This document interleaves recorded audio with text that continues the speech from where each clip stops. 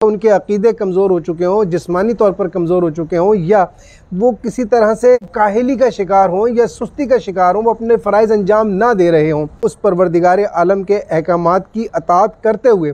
हर वो काम करें जिसकी उस वक्त अशद ज़रूरत हो। अस्सलामु अलैकुम। मौला मुत्तक़ियान मौला इमाम अली अलैहिस्सलाम नहजुल बलागा की हिकमत 331 में फरमाते हैं,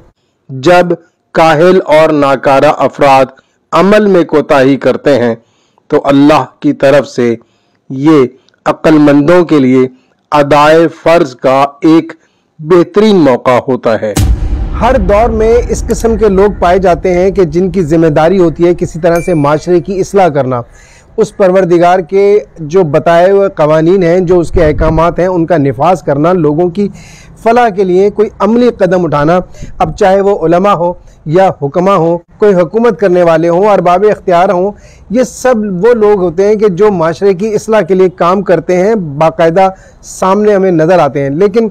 किसी भी वजह से, चाहे उनके अकीदे कमज़ोर हो चुके हों, जिस्मानी तौर पर कमज़ोर हो चुके हों, या वो किसी तरह से काहिली का शिकार हों या सुस्ती का शिकार हों, वो अपने फ़राइज़ अंजाम ना दे रहे हों, ऐसे में उन अक्लमंद लोगों को चाहिए कि जो उनकी ज़िम्मेदारी ना होते हुए भी उन्हें माशरे में आगे बढ़ना चाहिए,